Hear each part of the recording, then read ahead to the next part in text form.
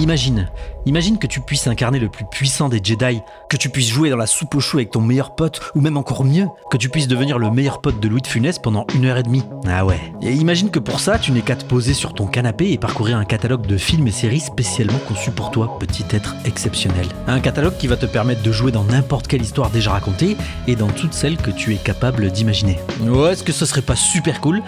Pour les actionnaires de Netflix, ouais, pour eux avant tout. Parce qu'il y a un truc qui est relou avec la fiction, c'est qu'elle est universelle. Ça veut dire elle est pas faite que pour toi. Et ça, c'est pas bon pour les affaires, tu vois, parce que toi, tu scrolles, tu trouves rien et au final, tu finis sur YouTube. Ne mens pas, je sais que t'es sur YouTube. Ouais. Mais ça, c'est bientôt fini. Parce que ouais, on les voit tous arriver là avec la puissance des IA génératrices. Les plateformes comme Netflix ou Disney vont très bientôt nous proposer un nouveau genre de fiction sur mesure. Pour bien que tu restes vissé sur ton canapé, les yeux rivés sur ton écran, petit être exceptionnel.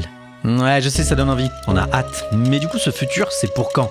Dur à dire. Par contre, à quoi il va ressembler, ça, j'ai ma petite idée.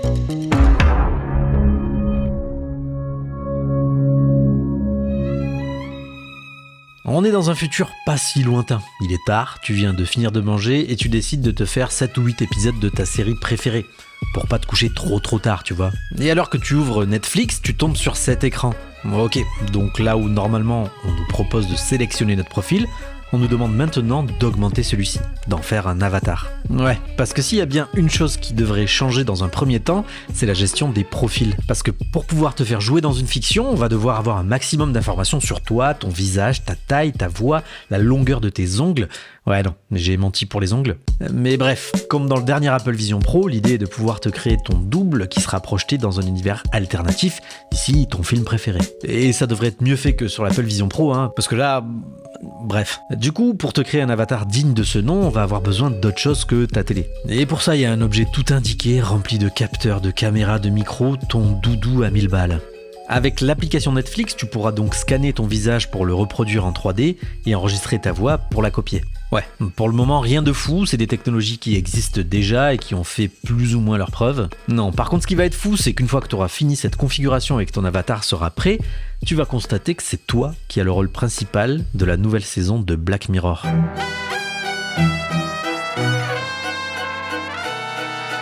S'il y a bien une série qui est tout indiquée pour sortir en même temps que cette nouvelle fonctionnalité, c'est bien Black Mirror. Une série centrée sur la technologie, sur tous ses dérives, et qui s'amuserait sûrement en nous proposant une narration en lien avec cette nouvelle feature.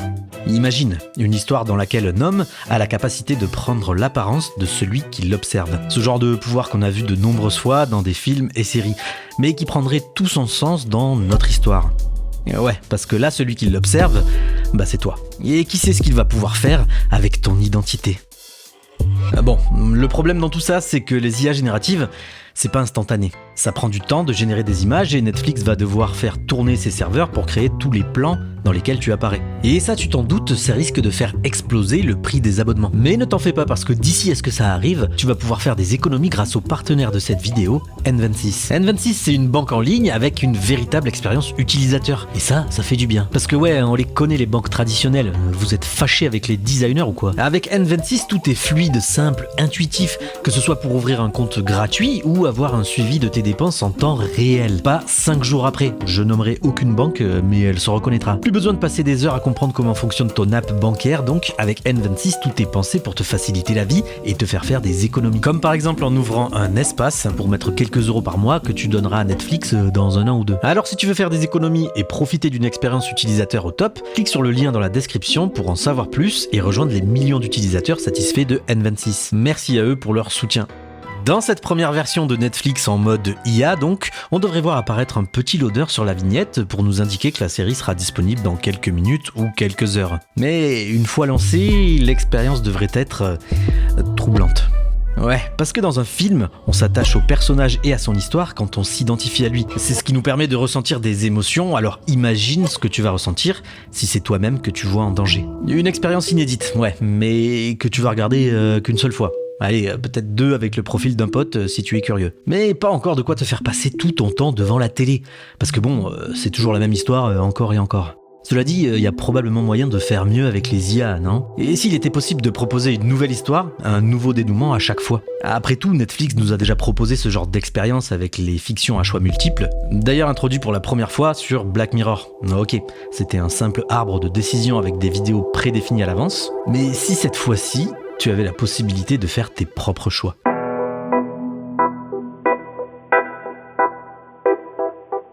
Il est plutôt difficile d'imaginer comment un simple prompt pourrait créer une histoire cohérente et intéressante à regarder.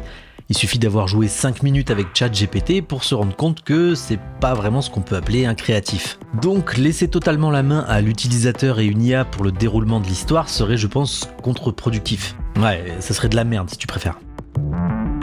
Ça peut être drôle une minute, mais perso, je vais pas passer mes soirées à regarder des mecs qui mangent des pâtes. Non, je pense que l'histoire devrait être un minimum guidée pour garder une cohérence. Et pour ça, je pense qu'on va voir apparaître ce que j'appellerais du prompt assisté. C'est-à-dire qu'au lieu d'écrire un simple texte comme tu peux le faire sur ChatGPT, le but ici serait de l'associer au contexte de l'histoire, ou à plusieurs éléments contextuels. Comme un personnage, un lieu, une action, ou bien des objectifs liés à la trame scénaristique. Parce que ouais, je pense qu'il est important de garder une trame scénaristique pour créer une histoire digne d'intérêt. Et même si logiquement on aura un espace de liberté, il y aura tout de même un travail assuré par des créatifs qui nous proposeront des univers dans lesquels on pourra faire mumuse. Un nouveau genre de métier donc pour un média qui se rapproche de plus en plus du jeu vidéo, t'as vu ? Et à la manière des premiers RPG textuels, tu vas pouvoir guider le héros dans le but qu'il atteigne ses objectifs. Par exemple, Michael doit découvrir où se trouve la mallette, mais il est menacé par le baron qui détient l'information. Que doit-il faire ? On a donc 3 éléments de contexte ici, 2 personnages et un objectif. 3 éléments qu'on va pouvoir utiliser dans notre prompt pour faire avancer l'histoire. Genre le héros, il doit pleurer et se faire pipi dessus pour faire pitié au baron. Oui, non mais je vois ce que tu veux dire, mais il n'y avait pas d'autre solution pour qu'il s'en sorte, ok ? Ça, c'est ce que tu pourras faire quand l'interface te demandera de faire des choix à certains moments clés de l'histoire, comme dans les histoires à choix multiples. Mais ça serait peut-être encore plus cool si l'interface nous permettait de mettre l'histoire en pause à tout moment pour faire basculer le récit. Et toujours en utilisant des éléments de contexte, genre Michael s'empare du pistolet et menace le baron pour qu'il lui dise où se trouve la mallette. Parce que ouais, en fait c'était une diversion. Ouais, enfin bon, tu t'es quand même pissé dessus quoi. C'est pas très glorieux.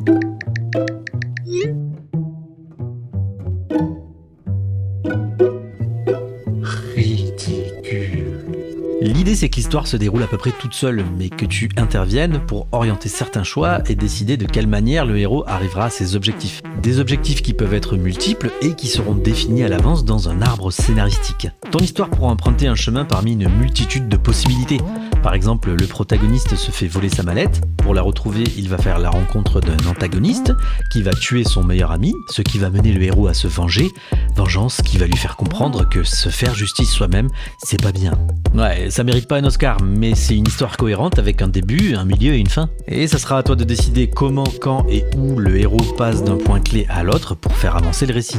Enfin, je dis toi, mais tu seras peut-être pas tout seul, parce que il se passe quoi en fait si le baron, depuis le début, c'était ton pote ?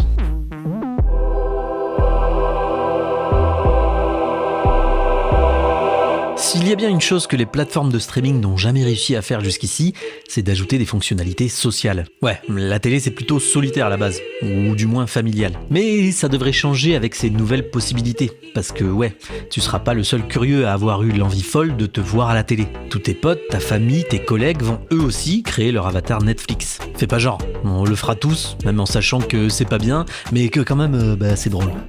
Je peux incarner un membre de la Patte Patrouille ? On devrait donc voir arriver tout un tas de fonctionnalités sociales, comme par exemple la possibilité de se connecter avec d'autres utilisateurs afin de les intégrer dans nos histoires, avec leur accord bien entendu. Ça sera l'occasion pour nous de voir apparaître un tout nouveau genre de sollicitation dans nos vies, parce qu'on n'en avait pas assez. Mais en même temps, qui n'a jamais rêvé de voir ses parents jouer dans Fast and Furious ? D'abord, je dois régler une vieille histoire. L'idée de pouvoir influer sur l'histoire, c'est plutôt cool. Mais si on est plusieurs à pouvoir le faire, c'est des possibilités infinies. Tout un tas d'histoires à chaque fois différentes, où chacun pourra incarner un personnage avec ses propres objectifs, ses propres ambitions, qui consisteront probablement à mettre des bâtons dans les roues des autres protagonistes. Parce que si dans cette histoire, le but de mon personnage était de retrouver sa précieuse mallette, pour le baron, joué par mon pote, l'objectif sera tout autre. Le baron sort la mallette de son coffre et la brûle. Je l'ai bien niqué là. T'inquiète pas, j'ai une solution. Non mais, pas chaque fois. Chaque spectateur aura donc sa trame scénaristique, trame qui sera contenue dans un arbre scénaristique géant, avec des histoires qui s'entrecroiseront et qui s'impacteront les unes les autres. Bref, comme dans la vie, sauf que là, tu peux te sortir d'une situation difficile en faisant pipi. J'ai essayé dans la vraie vie, ça marche pas. Tout ça est bien sûr des spéculations, même un peu de la science-fiction.